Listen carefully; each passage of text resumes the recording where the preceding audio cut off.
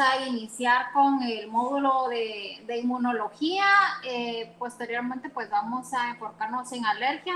El día de hoy, pues va a ser una introducción de lo que son las inmunodeficiencias primarias, que como título le coloqué que debe conocer el pediatra de inmunodeficiencias primarias. Entonces vamos a abordar estos 3 puntos, vamos a tener una pequeña introducción, vamos a hablar de las generalidades de inmunodeficiencias primarias y vamos a ver pues varios casos clínicos. Pues básicamente nos vamos a enfocar casi que en todo y en nada, ¿verdad? Porque poquito a poquito vamos a ir desglosando cada grupo de inmunodeficiencias en particular.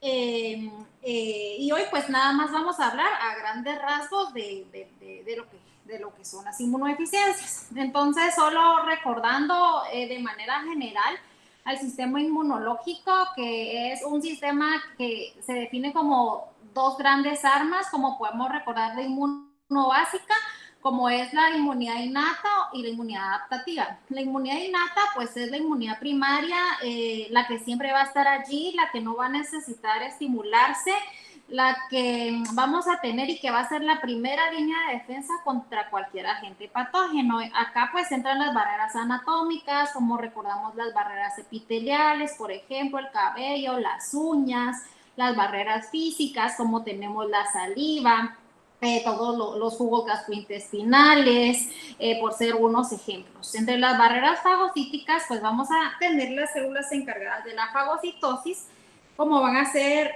los neutrófilos, los macrófagos, acá también podemos mencionar los eosinófilos y los mastocitos, y las barreras inflamatorias, como por ejemplo todas aquellas partículas proteicas del complemento. En el sistema adaptativo, que va a ser la inmunidad secundaria, sí necesitamos que el organismo pues haya tenido un contacto previo con la sustancia agresora. En este caso tenemos, por ejemplo, los linfocitos B, los linfocitos T y las células presentadoras de antígeno, por excelencia, que van a ser las células dendríticas. Esto pues a grandes rasgos. ¿Qué es lo que pasa? Cuando falla algo, ya sea de cualquier grupo, de la inmunidad innata o de la inmunidad adaptativa, pues vamos a tener lo que se define como inmunodeficiencias. Las inmunodeficiencias primarias va a ser aquel grupo de enfermedades en el cual vamos a tener un defecto genético que va a ser congénito, en el cual el paciente no va a poder producir de una manera adecuada en cantidad o con relación a función alguna sustancia en particular. Mientras que las inmunodeficiencias secundarias van a ser aquellas que van a ser adquiridas, secundarias a pues algún tipo de proceso infeccioso, algún tipo de medicamento, algún tipo de enfermedad de base que pueda tener el paciente, como por ejemplo los pacientes VIH, aquellos pacientes reumatológicos, aquellos pacientes de nefro que tienen que estar utilizando medicamentos inmunosupresores, por ejemplo, aquellos pacientes con cáncer, con leucemia, ¿verdad? Los pacientes desnutridos, por supuesto, que es muy importante que no tienen la suficiente maquinaria o algo está fallando, por lo cual pues no producen suficientemente algún grupo de sustancias. En este caso, pues nos vamos a enfocar en las inmunodeficiencias primarias. Las inmunodeficiencias primarias pues son un grupo de enfermedades de las cuales se han descrito hasta la fecha aproximadamente 350 enfermedades, de las cuales el 80% se ha identificado el gen responsable. Como podemos ver acá, la característica pues de estos pacientes va a ser el aumento de la susceptibilidad a infecciones severas, infecciones refractarias o infecciones muy raras que no le daría a otro tipo de paciente. Es importante tomar en cuenta que el diagnóstico temprano es la clave de una terapéutica adecuada. Muchas veces las pruebas de tamizaje no son caras y nada más tenemos nosotros pues que pensar que el paciente tiene una inmunodeficiencia primaria. Se ha descrito según el tipo de inmunodeficiencia de 1 a 10.000 a 1 en 100.000 nacidos vivos. Sin embargo, en ciertas inmunodeficiencias, como por ejemplo la inmunodeficiencia selectiva de IgA, se ha descrito hasta de 1 en 700. Eso pues va a ser bien variable dependiendo de cuál sea sí la inmunodeficiencia de la cual nosotros pues estemos hablando. va a predominar en los niños varones en 5-1, ya que va a tener que ver mucho todo lo que sea ligado a X, y en adultos de 1 a 1.4, ya sea de mujer a hombre. Hablando un poquito de historia de las inmunodeficiencias primarias, pues la primera descripción y el primer artículo publicado fue en 1952 por este médico. Él es médico y militar, es Ogden Bruton. Él describió en 1952 en la revista Pediatrics un paciente de 8 años que se enfermaba constantemente de neumonía y que sí, muy bien, pues el paciente respondía súper a los antibióticos. Sin embargo, al tiempo otra vez se volvía a enfermar. Y al tiempo otra vez se volvía a enfermar. La cosa es que el niño estaba con antibiótico todo el tiempo. Al final él la caracterizó, pudo aislar, se dio cuenta pues que lo que le estaba fallando a este paciente como tal eran las inmunoglobulinas. Le comenzó a administrar inmunoglobulinas, con lo que él aislaba de ciertos pacientes sanos. El paciente fue mejorando y pues ahí es donde se reporta la primera inmunodeficiencia, que es la enfermedad de Bruton, que es como se conoce hasta la fecha la agamaglobulinemia ligada a X, que vamos a ver más adelante. Teniendo también como un poquito de historia, a lo mejor ustedes han escuchado de lo que se trata pues el niño burbuja o David Vetter, del cual incluso hay una película que se realizó pues hace muchos años. Es un caso real, no es pues película, y sí es de la vida real. Y solo contándoles así rápidamente, pues es un niño hijo de una enfermera que tuvo otro hijo varón que falleció por una inmunodeficiencia combinada severa. Luego tuvo otra nena, la nena completamente sana. Ya cuando nació este niño, pues de una vez nació y dijeron, bueno, seguramente va a tener lo mismo que el primer niño, pongámoslo en una burbuja. Y así pues lo hicieron, lo colocaron en la burbuja. Como podemos ver ahí, pues él es el niño desde que nació, tenía pues estos guantes para ser manipulado todo dentro de la burbuja, comía dentro de la burbuja, le daban clases ahí. Salió de su burbuja pues un par de veces únicamente. La NASA le fabricó pues su trajecito su trajecito espacial, como podemos ver acá, y esta pues es su hermanita. Al final, pues este niño estuvo ahí sin contacto con nadie ni con el mundo exterior. Más o menos a los 12 añitos se decidió hacer un trasplante de médula ósea, que pues sabía que ese era el tratamiento. La donadora pues fue su hermanita. Desafortunadamente, a la hora de la donación pues contrajo mononucleosis infecciosa. A los meses pues resultó un linfoma de Burkitt y el paciente pues falleció. Esta pues se trata de una inmunodeficiencia combinada severa. Y uno piensa pues que a lo mejor no va a haber nunca uno de estos casos, pero sí, son pacientes que nosotros muchas veces tenemos en nuestro manejo. Para clasificar las inmunodeficiencias primarias tenemos esta clasificación que es de la International Union of Immunological Societies Expert Committee. Es la última clasificación, que es del 2017, donde nos clasifica las inmunodeficiencias primarias en un grupo de 9 diferentes, ¿verdad?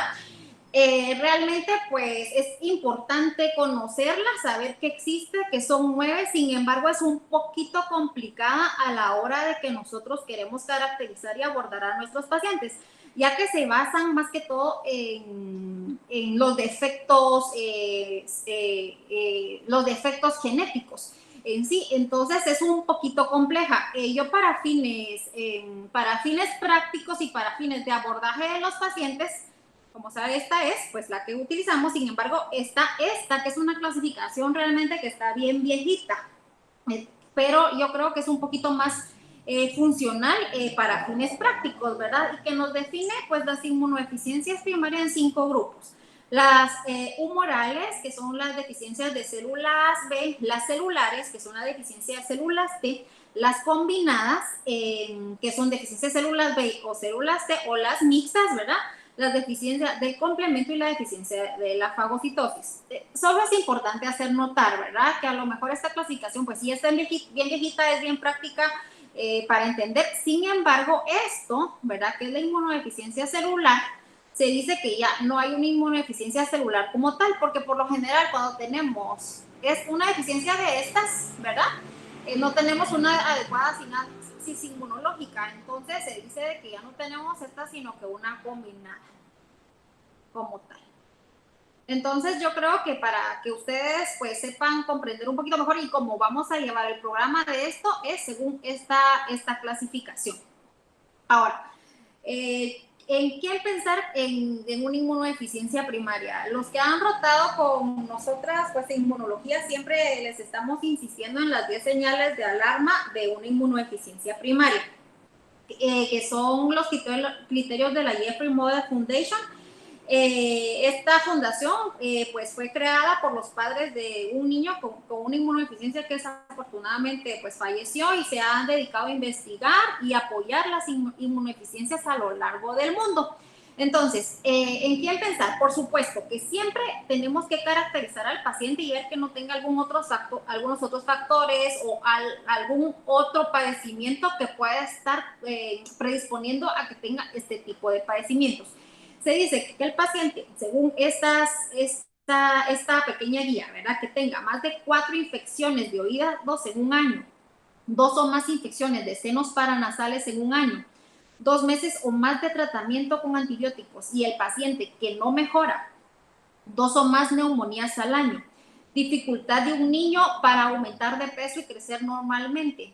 Algo muy importante, absceso en un único cuadro de absceso en un órgano profundo, ya sea hígado, pulmón, cerebro, ¿verdad?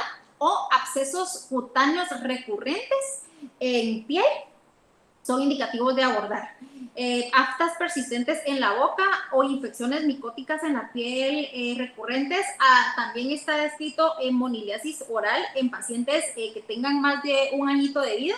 Necesidad de recibir antibióticos intravenosos para eliminar las infecciones, o sea, pacientes que por fuerza, o sea, no pueden recibir una infeccioncita y no, con antibiótico oral, pues no les va bien, sino que tienen que ser hospitalizados frecuentemente. 2 infecciones profundas o más, incluida la septicemia, y los más fáciles, antecedentes de familiares con antecedentes de una inmunodeficiencia primaria.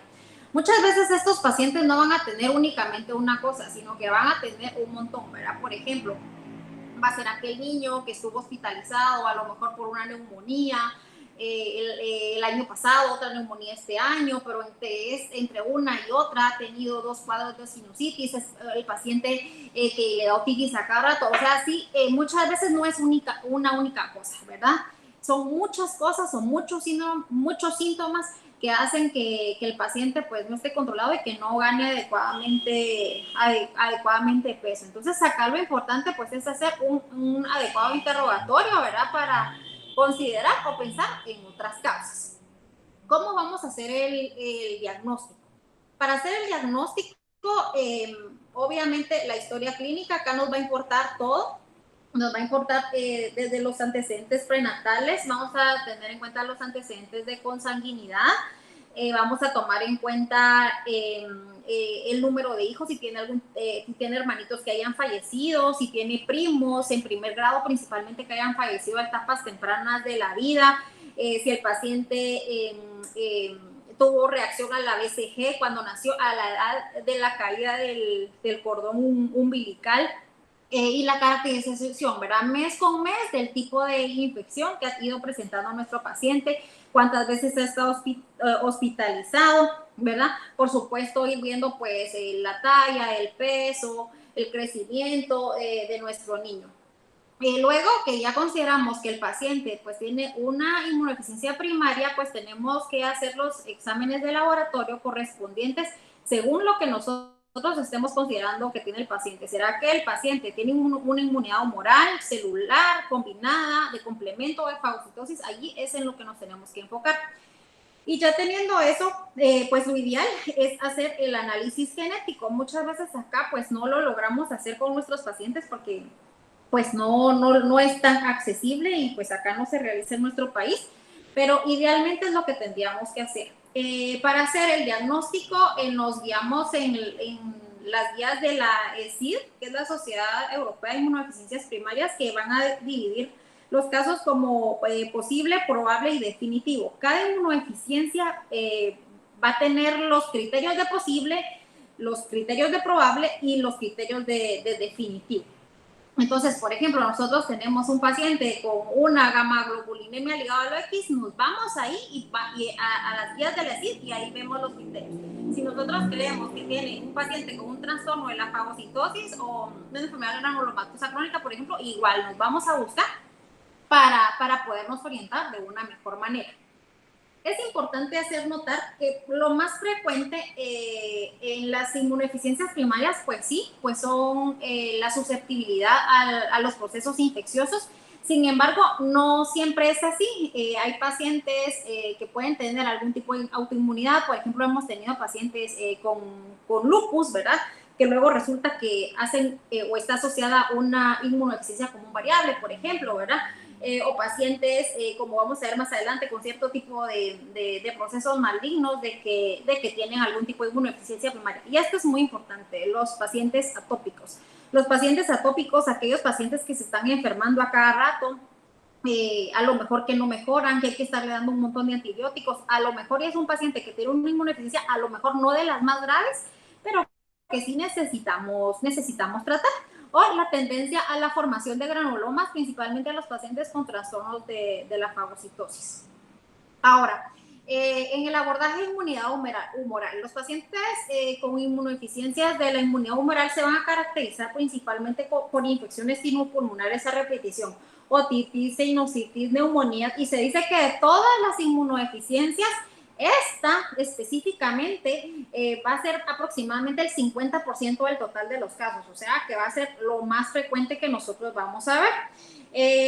La próxima semana pues yo les tengo que hablar de hipogamaglobulinemias, donde nos vamos a enfocar en un poquito más de todo eso. Si yo, por ejemplo, a un paciente sospecho que tiene un defecto humoral, pues lo primero que voy a hacer pues es una medición de inmunoglobulinas, IgG, IgA, IgM, IG.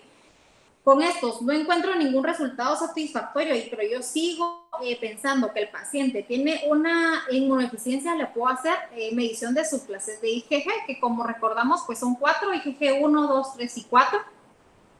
Si igual esto me sale negativo, pero yo sigo pensando que el paciente tiene una inmunodeficiencia, le voy a hacer títulos de anticuerpos específicos. Acá, ¿qué es lo que se hace? Se coloca una vacuna como conjugada como por ejemplo la del neumococo. Previo mido los anticuerpos, coloco la vacuna, 8 semanas después tengo que tener el 70% de respuesta de los anticuerpos a la vacuna. Y así es como digo que pues hay una adecuada respuesta, sino pues que hay una deficiente. Junto con esto, si encuentro pues algo en esto que está anormal, me voy a hacer un recuento de células B. Las células B pues son unos marcadores en la citometría de flujo de CD19 y CD20.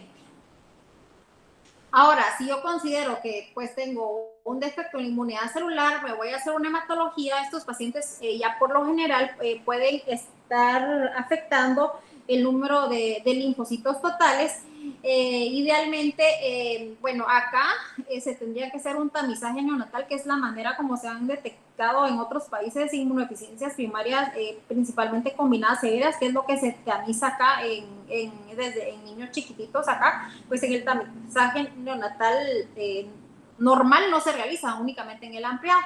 Acá necesitamos hacer niveles de CD4, CD8 y natural killers por medio de la técnica de citometría de flujo, evaluar reacciones de hipersensibilidad retardada, como por ejemplo en este caso lo que se realiza es la prueba de la tuberculina, y la citotoxicidad de NK y de las células T, que es algo que acá no realizamos. Si nosotros consideramos un trastorno de la fagocitosis, que se va a caracterizar por pacientes que tienen historia principalmente de abscesos en los órganos profundos, órganos superficiales, o en quienes tuvieron alguna reacción, o una VCGitis, una VGCosis o una onfalitis, debemos de buscar acá. Acá pues podemos hacer una hematología que probablemente va a estar normal, un frote periférico, un nitrazol de trazolio para evaluar el estadio respiratorio del neutrófilo y evaluar la producción de iones de oxígeno. El DHR, que es la dihidrorodamina, en el cual se evalúa igual la producción de radicales de oxígeno por medio de técnica de citometría de flujo. citometría de flujo para moléculas de adhesión y una médula ósea. Todo esto a lo mejor lo vamos a ir explicando poquito a poquito y a detalle en cada una de las clases. Cuando nosotros tenemos un paciente con historia de meningitis recurrente, podemos pensar en una deficiencia de complemento. También tenemos deficiencias del C1 inhibidor, en el cual los pacientes se van a presentar con cuadros de angioedema recurrente, como nosotros tenemos un caso en el hospital. Como les platico todo esto, pues lo vamos a ir ampliando poquito a poquito y para que ustedes no se confundan. Tenemos ciertos pacientes con trastornos también que tienden a la formación de síndromes hemofagocíticos, como puede ser el síndrome de Chedia-Higashi y el síndrome de Gliselli, en el cual vamos a tener este es un pelito, vamos a tener niños que van a tener cabellos rubios o plateados y vamos a tener estos acúmulos de lisosomas en el cabello. Según el agente infeccioso que nosotros encontremos en nuestro paciente, igual de esta manera vamos a podernos orientar a qué inmunodeficiencia tiene nuestro paciente. Eso, como les digo, vamos a irlo viendo más despacito. Ahora, ¿cuál es el tratamiento de las inmunodeficiencias primarias? Uno, pues ver, ¿verdad? ¿Cuál es la que estoy tratando? Porque no todas se van a tratar de la misma forma. En todas, sí voy a necesitar antibiótico profiláctico. Sí va a depender qué inmunodeficiencia sea, cuál es el antibiótico que vamos a utilizar. Dependiendo, pues se va a utilizar amoxicilina. Se utiliza la dosis profiláctica de 20 miligramos por kilo, por lo general en las noches, y si es trimethoprim, pues se utiliza 5 miligramos por kilo. Antes se utilizaba igual lunes, miércoles y viernes, ahora ya en las guías nos dicen utilícenlos todos los días. Si es una inmunodeficiencia humoral, pues utilizamos inmunoglobulina, ya sea de manera intravenosa o subcutánea. ¿Cuánto tiempo lo vamos a utilizar? Indefinido, ¿verdad? No sabemos, probablemente por toda la vida del paciente. Trasplante de médula ósea, igual lo podemos realizar en ciertas inmunodeficiencias específicas, y lo último pues es la terapia génica de estos pacientes. Ahora, vamos a ver unos casitos clínicos para que podamos complementar un poquito más todo de pacientes del hospital. Este es un niño que lo conocimos a los 5 años con historia, como les decía, era un niño hospitalizado desde su primer añito de vida, cada rato neumonía, cada rato titis, diarrea recurrente, no ganaba de peso. Lo que llamaba la atención a la exploración física era que un niño que no tenía amígdalas y ganglios palpables. Esto pues es muy importante, principalmente lo de las amígdalas. ¿Por qué? Porque estos niños no van a tener tejido linfoide, entonces no tiene todas las infecciones. Ya pensamos, bueno, probablemente se trata de una agamaglobulinemia, lo más probable que sea una agamaglobulinemia de Bruton. Acá tenemos pues una plaquita del niño, se realizan sus inmunoglobulinas considerando pues tanto cuadro que ha tenido en el transcurso de su vida este niñito. Y como podemos ver, ¿verdad? Acá, tanto IgA, IgG, IgM, IG, todas, pues están bajitas, ¿verdad? Entonces acá no hablamos de una hipogamaglobulinemia en el cual van a estar bajas 1 o 2 o 3 series, sino que acá vamos a tener todas las series de inmunoglobulinas bajas. Le realizamos la citometría de flujo. Acá vemos estos C3, C4 y C8 son marcadores de células T, CD19 y CD20 son marcadores de células B, CD56 pues son natural killers. Vemos como tanto CD19 y CD20 están bajos, ¿verdad? Muy bajos. Uno de los criterios de la ESID para pensar en una gama ligada al X y que sea diagnóstico probable es que sea abajo de 2%. Entonces tenemos las células B abajo de 2% y todas estas, como podemos ver, rebajan, ¿verdad? Entonces, lo ideal en este caso pues es hacer el diagnóstico genético. No tenemos la opción, ¿verdad?, para realizarlos, y entonces nos quedamos con un diagnóstico probable de una gama de Bruton. Acá tenemos este niño, se le ha estado reemplazando inmunoglobulina. Muchas veces, desafortunadamente, es irregular el paso de inmunoglobulinas por no haber en el hospital. En teoría, estos pacientes se le tienen que pasar de 400 a 600 miligramos por kilo de inmunoglobulina de manera mensual. El pronóstico de estos niños pues es muy bueno, les va muy bien siempre y cuando tengan su inmunoglobulina y su antibiótico profiláctico. Lo ideal, vemos acá, ¿verdad?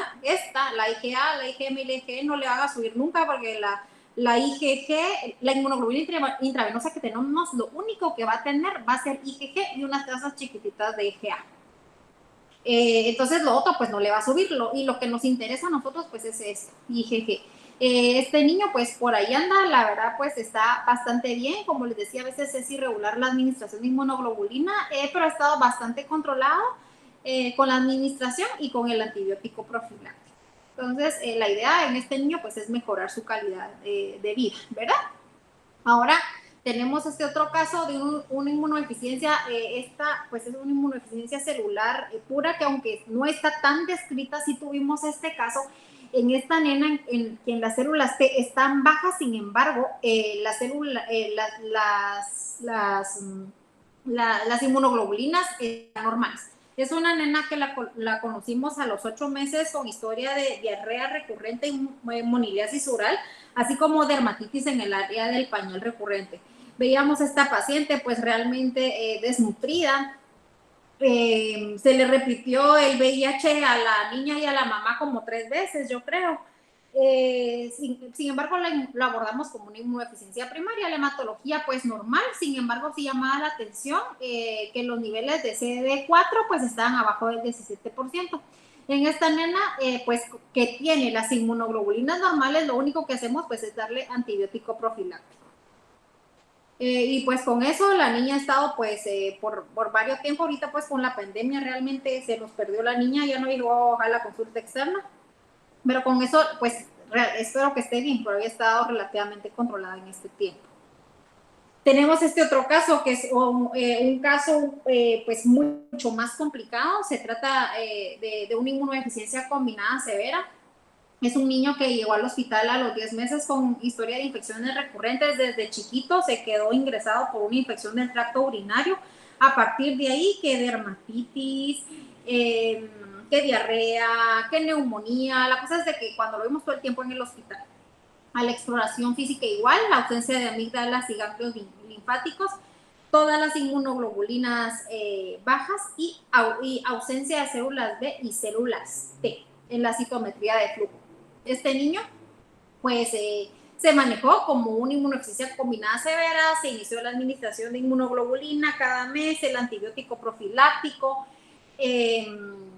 al tiempo de estarlo manejando más o menos a los 6 meses, hizo una reactivación en la BCG, como podemos ver ahí, ya que cuando este niño nació, pues nadie sabía que tenía esto, ¿verdad? De una vez le pusieron la BCG y pues, si se dan cuenta, hizo esta BCG-itis. Se dio tratamiento con isoniazida, con lo que el niño mejora.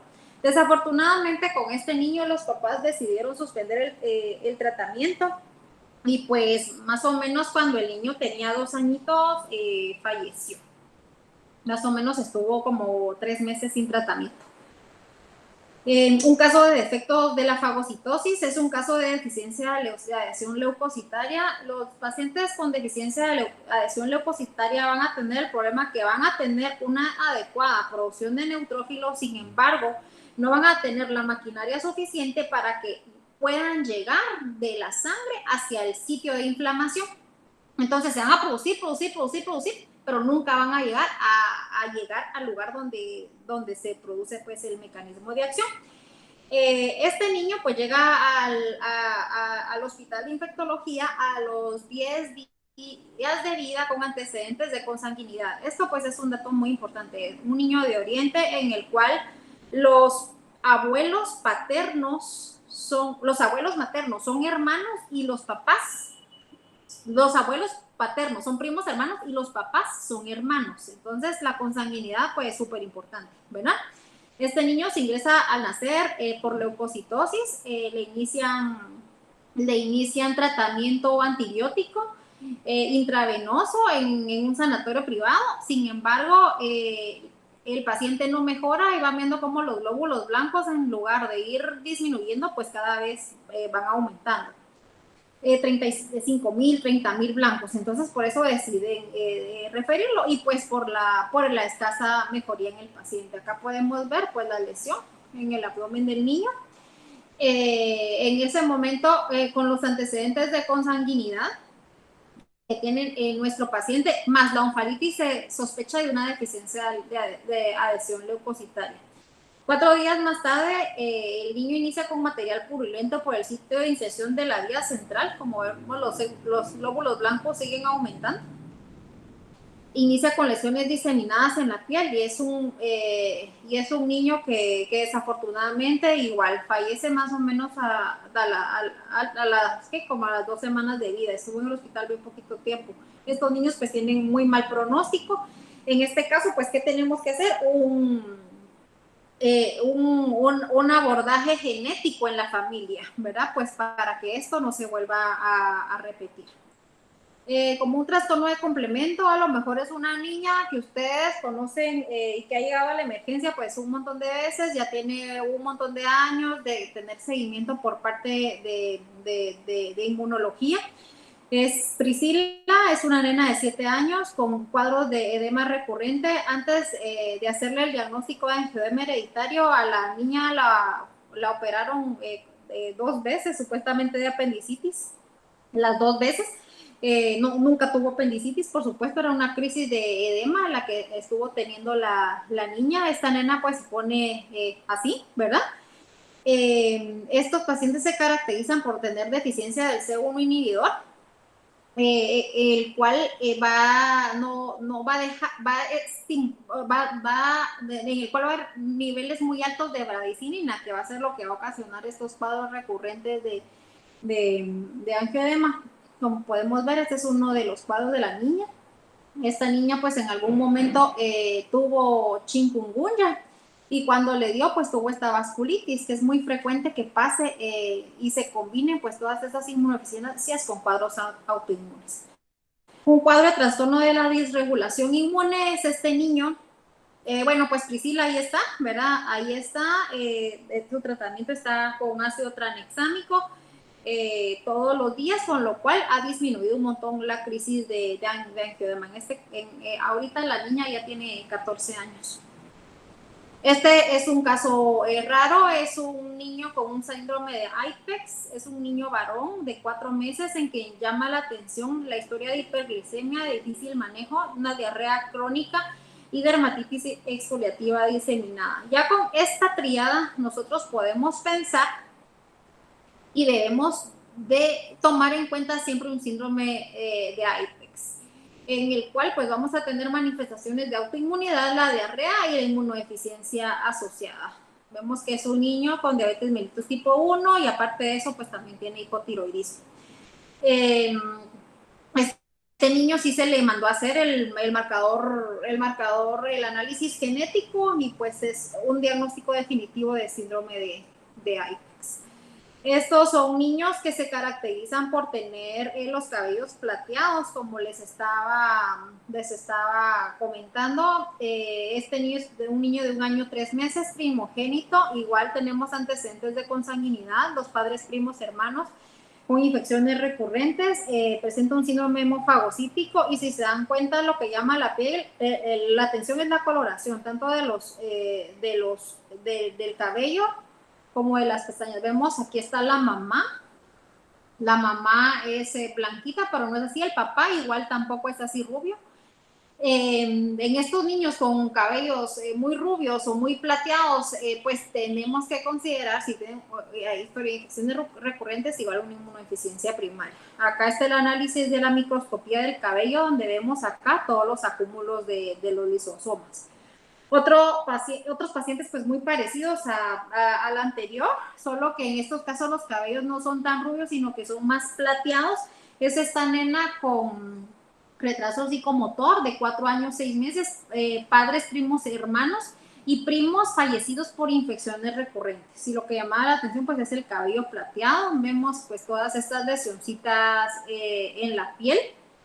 En este caso es un síndrome de Chiedi-Akigashi, en el cual igual tiene esos trastornos de pigmentación en el cabello Sin embargo, se le realiza el análisis de médula ósea y ahí también encontramos inclusiones citoplasmáticas. Entonces, esa es la diferencia, que esto vamos a tener afectación en sangre que no vamos a tener en el síndrome de Grisel. Es frecuente muchas veces, ¿verdad?, que los pacientes con algún tipo de síndrome se asocian a alguna inmunodeficiencia. En este caso, los pacientes con displasia ectodérmica se pueden asociar a inmunodeficiencia primaria. La displasia ectodérmica, pues el paciente, en este caso, es un niño de 7 meses, un hermano fallecido también, con historia de fiebre de origen desconocido. Realmente la fiebre, pues por dos cuestiones, ¿verdad? Una, pues la displasia ectodérmica, entonces estos niños no sudan, entonces se mantienen pues muchas veces con fiebre todo el tiempo. Sin embargo, si tenían neumonía recurrente. Se realizan los niveles de inmunoglobulinas, están bajos, ¿verdad? Iniciamos con la administración de inmunoglobulina igual mensual y el antibiótico profiláctico. En este caso, pues amoxicilina 20 miligramos por kilo todas las noches y el reemplazo 400 miligramos por kilo cada mes. Y por último, tenemos este caso que es un caso de una histiocytosis de células de Langerhans, que se hizo el diagnóstico de una nena de 2 años con historia de abscesos recurrentes como esta dermatitis en cuero cabelludo. Vemos cómo estaban pues las uñitas, una otitis supurativa crónica, como ustedes no se pueden imaginar. 3 ingresos hospitalarios, se inicia el abordaje de inmunodeficiencias primarias, ¿verdad? ¿Y qué es lo que se encuentra? Una histiocytosis. Esta nena, por la lesión periodontal, se le tuvo que quitar todos los dientecitos. Y lo que nos llamó mucho la atención son estas lesiones, que no sé si las logran ver muy bien ahí, estas blanquitas. A estas fue a las que se les tomó la biopsia y se hizo el diagnóstico de histiocytosis de células de Langerhans. Entonces, esto pues es a grandes rasgos de lo que se tratan las inmunodeficiencias primarias.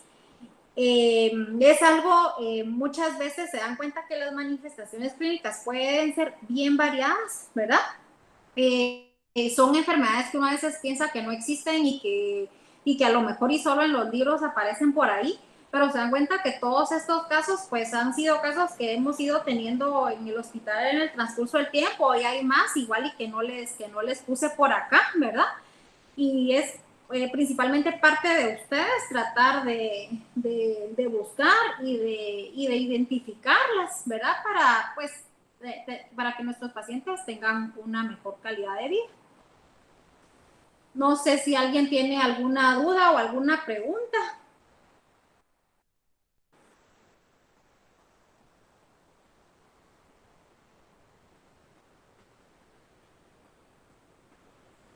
Pero sí es importante, ¿verdad? Muy importante que todos tratemos de buscarlas, ¿verdad? Y no sé si alguien tiene algún comentario.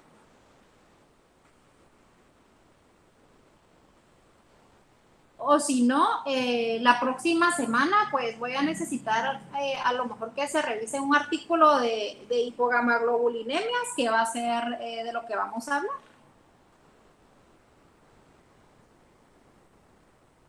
¿Verdad? De acuerdo, doctora, gracias. Bueno, entonces que tengan buenas tardes. Gracias, doctora. Adiós, doctora. Gracias. Adiós.